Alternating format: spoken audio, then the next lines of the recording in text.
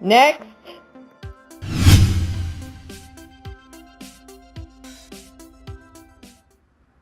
Hi, I'm Dr. Julie Bruno, Hi, I'm Hollis Silverman. and today we're going to talk about parent alienation syndrome. Parent alienation syndrome is an experience where when two individuals or a couple divorce or separate and they have children, the alienating parent tries to create a fissure or aligns with the child or children against the targeted parent. So that basically the children come to hate, disdain, or want to disconnect totally from the targeted parent. There are three types of alienating parents. The first type is the naive alienator. This is the individual that's newly divorced or separated. They might say things like, let your father pay for that because he has more money than I do. They don't really know that that's an alienating statement. They're just stating the fact, maybe a fact, and they go forward. The second type is an active alienator. Now, this person cycles through wanting the children to have a positive relationship with their caretaker, their father, and periods of anger in which they alienate the children, and then guilt about that anger, and then they want the children to be with their father. And for a lack of a better word, we're saying that the target parent is the father, but it doesn't necessarily always have to be the father. It's equal.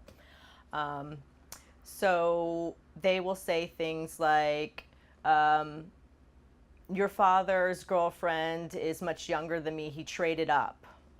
And so obviously that would make the children or child angry with the father and align with the mother. And then she'll feel guilty and say, oh, but his girlfriend's very nice. So it gives them that mixed message.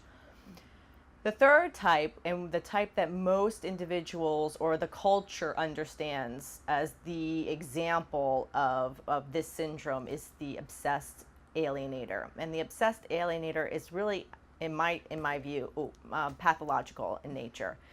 They really try to brainwash and lie to their children and create such a fissure that the child no longer wants to have the targeted parent in their life at all. It creates so much anxiety and stress and depression in the children that it's easier just to totally alienate themselves from the targeted parent.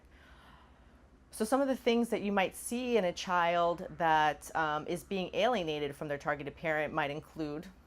Well, it could include a child not expressing their feelings. They're feeling like they can't, talk about their time with the targeted parent if they do spend time with them.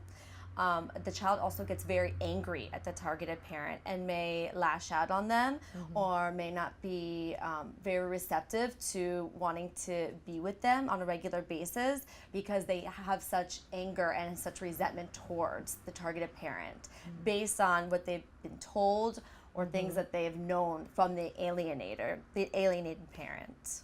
Absolutely. And the alienating parent will use tactics, like I said before, brainwashing and lying, but also double bind messages. We've all been given those before by people in our lives, like I love you, I hate you, or don't go, stay. A lot of bad mouthing. Blaming, belittling, or they'll set up experiences where they'll say, oh, too bad you're going to your dad's house because I'm going to Disney World. Yes, yes. So it's a lot of humiliation too. So like trying to humiliate, the targeted parent, which also leads the child to feeling like, oh, like this is not a parent that I want to be around, because maybe the child thinks that the alienated parent is very bad, has done bad things. So it creates a very uncomfortable environment for a child. But luckily, there is hope. And this is being talked about way more now than it ever has been. And there's been research on this subject for 20 plus years. Yes. Even the originator of parental alienation syndrome, Richard Gardner, has been advocating for this to actually be in the DSM, the Diagnostic Statistical Manual, for years. And although it's not in the DSM-5 now, hopefully, you know, in the upcoming years, it will come to fruition and it will actually be in there so that it's more recognized, because it's becoming more prevalent in today's society, I think, than ever. Absolutely. And for the two first alienators, you can really reverse any damage that you've done. Without therapy, if you come to understand that you want your children to have a good relationship with their father and mother, and you sort of stop bad behavior, children are extremely resilient. But with the obsessive alienator, it will take therapy, it will take a concerted effort, and unfortunately, if that individual is relentless, it's going to take a long time. It may take until the children are 18 for them to finally realize what's happened, and them to reach out to the targeted parent, and hopefully the targeted parent is willing to have their children back into their lives, because some of these cases can get very vicious and nasty. So, Yes. but thank you for tuning in. Thank you. I'm Dr. Bruno. I'm Hollis Silverman. We'll see you next time. Thanks.